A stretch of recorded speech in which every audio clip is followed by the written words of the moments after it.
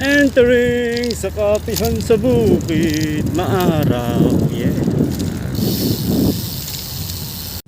Time check, 10 AM. Balikan natin ang kapihan. Kahapon kasi nagtatabas na, simula na magtabas eh. Oh shit, another one. Tabas na naman po ang puno. So wala na nagtitinda, wala na rin siklista dito ngayon. Ayan, 10 AM po, 10 AM. So ito na yung mga araw na simula ng pagtatapos ng kapihan. Ayan si Tatay Ruben nandun. Check ko lang. Pagkakaba ko lang ngayon dito eh. Igutin ko lang.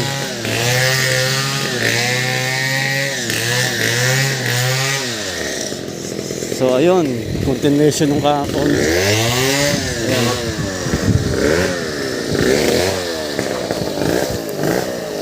Pulot mangga. Ayan, dalawang puno na.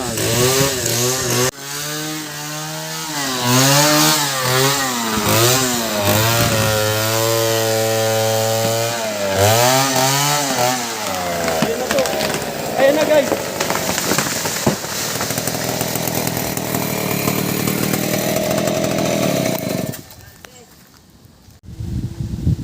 So ayan, bumaksak yung puno.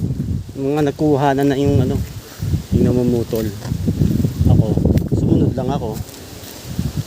Mga tira-tira na lang pero meron pa rin. Ayan. Yung mga nakuha na ako eh. Kaso maliliit guys, oh, ito okay, maliliit. Sayang, pinutol agad. Ayun oh, maliliit pa sila eh, oh. Dami oh.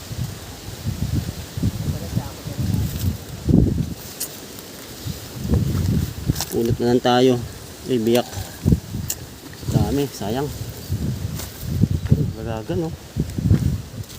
Mukhang umabot dito yung talsik ah. Oh, biyak pa.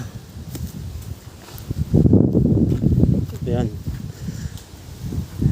Pangatlong puno to na bumaksak ngayon.